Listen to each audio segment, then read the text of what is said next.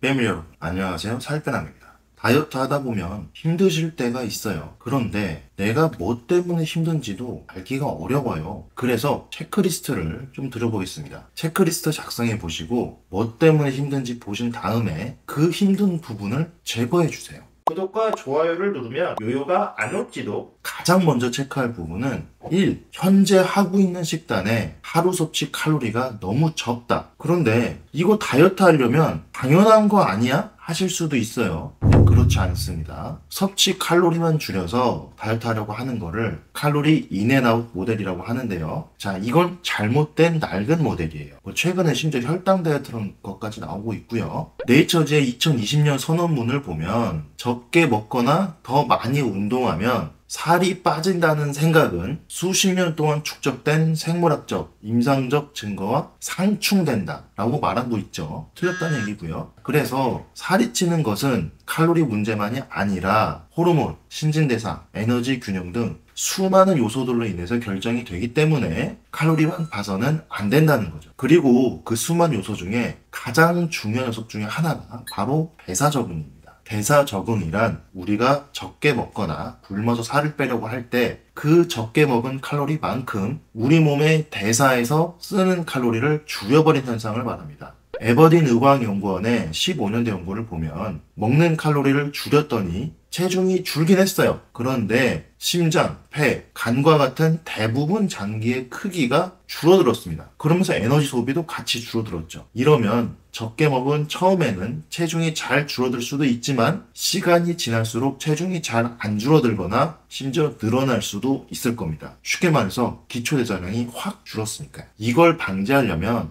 애초에 살 빨리 빼겠다고 칼로리 섭취량을 확 줄이거나 굶으면 절대 안 되고요. 자신이 평소 먹던 양에서 10% 정도만 줄여야 됩니다. 보통은 하루 칼로리 권장 섭취량이 남자 2,500, 여자 2,000 내외를 권유하기 때문에 남자는 하루 2,000에서 2,200 칼로리 이하로는 내리지 마시고요. 여자는 하루 1,500에서 1,800 칼로리 이하로는 내리지 마시길 권유드립니다.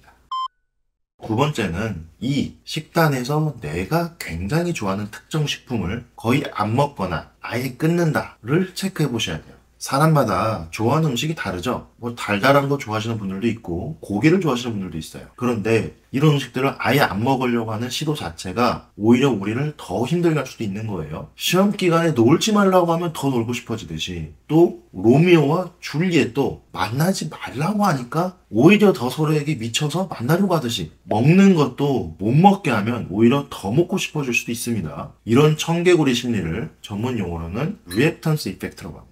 1966년 미국 심리학자 샤론 브렘이 만든 용어인데요. 사람은 자유롭게 살려는 의지가 있는데 이 자유를 제한하면 거기에 반발하는 마음이 생긴다는 거죠. 즉 자유를 제한하는 게 포인트인데요. 따라서 뭔가를 금지하는 게 아니라 뭘 하라고 강요하는 것도 그것도 하기 싫어질 수도 있습니다. 하이델버그 대학의 2015년도 연구에 따르면 과일을 꼭 먹어야 한다고 했더니 오히려 과일을 더 안 먹고 싶어지고 심지어는 그 실험이 끝나고 나서도 과일을 안 먹는 기간이 생겼다고 하죠. 여기에 더해서 애초에 의지력 자체가 한계가 있는 건데 이걸 무한정 참을 수 있다고 생각하는 게 무리입니다. 미국 심리학회에서 98년도에 출판된 연구를 보면은 의지력도 근육처럼 한계가 있고요. 무언가의 의지력을 많이 쓰고 나면 그 다음에는 의지력을 쓰기 힘들어진다고 하죠. 회복 기간이 필요한 거예요. 따라서 좋아하는 음식이 있으셨다면 아예 끊기보다는 줄이는 것을 생각해 보시는 것도 좋습니다.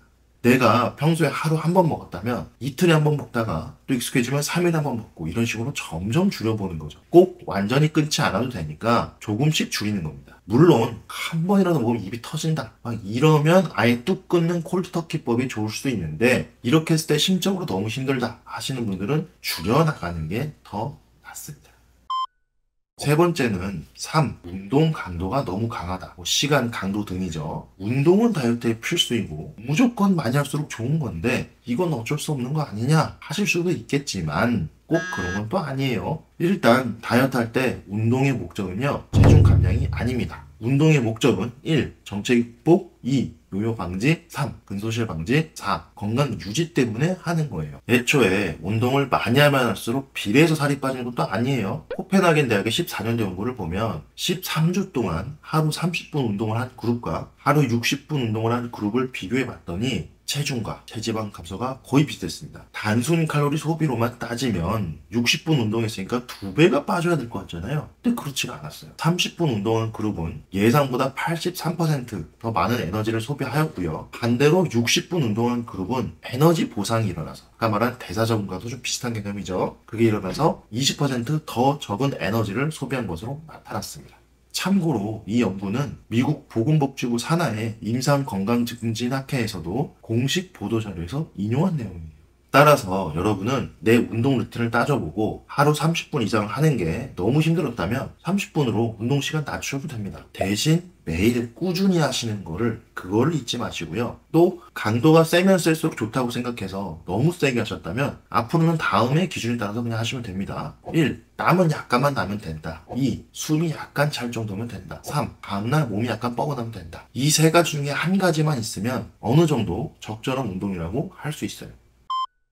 마지막 네 번째는 4번 주위 사람들에게서 도움을 받지 못하거나 오히려 방해를 받는다 입니다. 다이어트는 나 혼자 하는 거지 라고 보통 생각을 많이 하시는데요. 물론 맞는 말이죠. 하지만 세상사 과연 혼자 할 수 있는 게 몇 개나 될까요? 거의 없죠. 주변 사람들은 알게 모르게 나에게 큰 영향을 줍니다. 하버드 의대의 07년도 연구에서 12,067명을 대상으로 조사를 해봤더니 한 사람의 체중이 증가하면 그 사람의 친구가 체중이 증가할 확률이 57% 늘어났어요. 그 외에도 형제의 경우에는 체중 증가 확률이 40%, 배우자는 체중 증가 확률이 37%나 늘었습니다. 즉 주변에 누가 있느냐에 따라서 비만일 가능성이 커진다는 거예요. 이는 생각해보면 당연한 게 내 주위 사람들 대부분이 비만이고 내가 다이어트를 할 때마다 응원을 해주지는 못할 망정 뭐 그런 거 해도 소용없어. 그냥 먹어. 이런 식으로 자꾸 한다면 계속 말린다면 다이어트 성공 확률이 확 떨어지겠죠. 따라서 내 다이어트를 도와줄 서포트 그룹을 만드는 게 좋습니다. 매사추세츠 의대 14년도 연구를 보면 친구나 직장 동료가 식단을 응원하고 가족이 또 운동을 응원하면 24개월 후에도 유지가 될 확률이 높다고 합니다.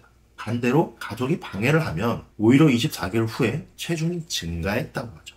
나 혼자 하는 게 힘든 걸 수 있어요. 따라서 나를 응원해주고 지지해주는 사람들을 자꾸 찾고 그렇지 않은 사람들은 멀리하는 것도 다이어트를 덜 힘들게 하는 방법 중에 하나입니다.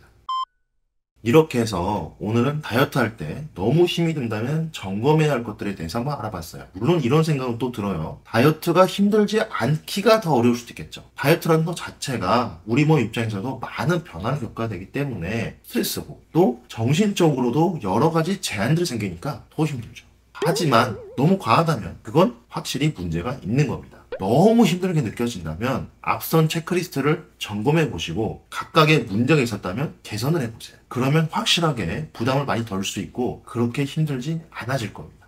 어떤 사람들은 또 그래요. 고통이 없으면 어느 것도 없다. 자, 그런데 다이어트는 고통을 무조건 참으면서 해야 하는 거는 아닐 수 있어요.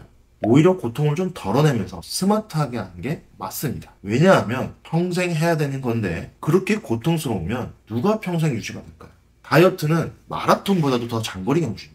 마라토너조차 평생 뛰지 않아요. 잘 땐 자고 심지어는 마라토너도 은퇴는 합니다. 그런데 다이어트는요 여러분 죽지 않는 이상 은퇴는 없습니다. 죽을 때까지 하는 게 다이어트죠. 그래서 더더욱 다이어트가 너무 힘들 때는 내 의지력만 자꾸 구박하지 마시고 적절히 가성비 있게 최대한의 효율로 쉽게 할 수 있는 방법들을 찾아서 하셨으면 좋겠어요. 오늘도 다이어트와 건강을 위해서 열심히 공부하시고 노력하시는 우리 패밀리 여러분들 저는요 여러분이 정말로 자랑스럽습니다. 이상 여러분의 다이어트 가이드 살빼람 그리고 브로콜리였습니다. 감사합니다.